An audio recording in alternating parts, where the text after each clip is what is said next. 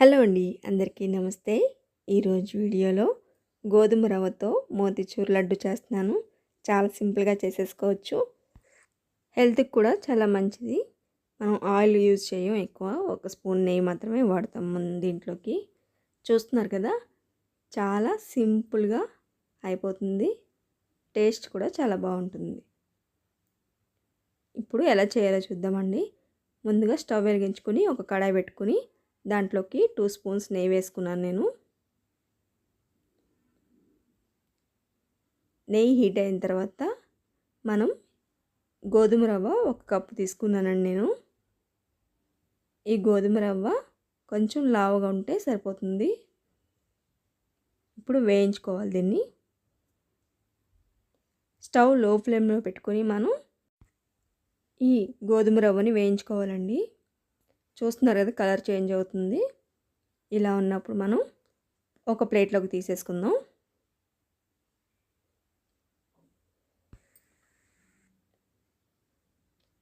ఇలా మొత్తం ఒక ప్లేట్లో తీసుకున్న తర్వాత 1 కప్పు గోధుమ రవ్వకి 2 కప్పులన్నర వాటర్ పోసుకొని బాగా మరిగించుకోవాలి.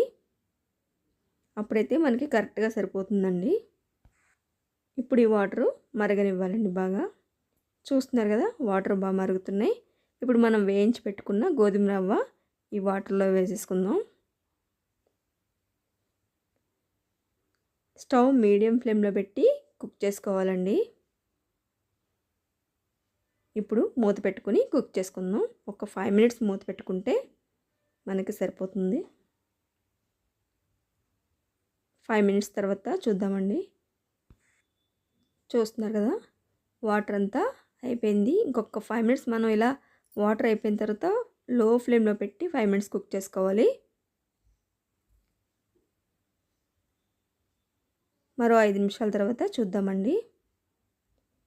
రవ్వ మొత్తం ఉడికిపోయిందండి. చూస్తున్నారు కదా, ఇలా కుక్ అయిన తర్వాత దీంట్లోకి మనం ఫుడ్ కలర్ వేసుకోవాలండి. 1 స్పూన్ మనం ఫుడ్ కలర్ కలుపుకొని వేసుకుంటున్నాను నేను, ఆరెంజ్ ఫుడ్ కలర్. ఇప్పుడు మొత్తం రవ్వకంతా పట్టేలాగా కలిపేసుకోవాలి.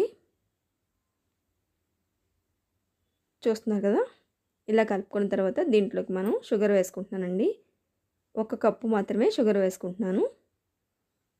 ఈ షుగర్ కరిగేంత వరకు బాగా కలుపుకొని ఒక 5 నిమిషాలు మనం స్టవ్ లో ఫ్లేమ్లో పెట్టుకొని కుక్ చేసుకోవాలండి. షుగర్ మొత్తం కరిగేంత వరకు మనం లో ఫ్లేమ్లో పెట్టి కుక్ చేసుకుందాం. ఇలా మొత్తం కలిసాక ఒక 5 మినిట్స్ మనం మళ్ళీ మూత పెట్టుకొని కుక్ చేసుకోవాలి.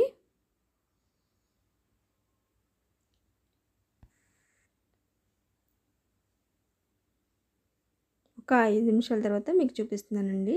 షుగర్ మొత్తం కరిగిపోయింది. చూడండి, ఇలా కరిగింది కదా. ఇప్పుడు మనం పాకం అంతా దగ్గరికి అయ్యేంత వరకు కుక్ చేసుకోవాలి. ఇప్పుడు ఇలాచీ పౌడర్ 1 స్పూన్ వేస్తున్నానండి.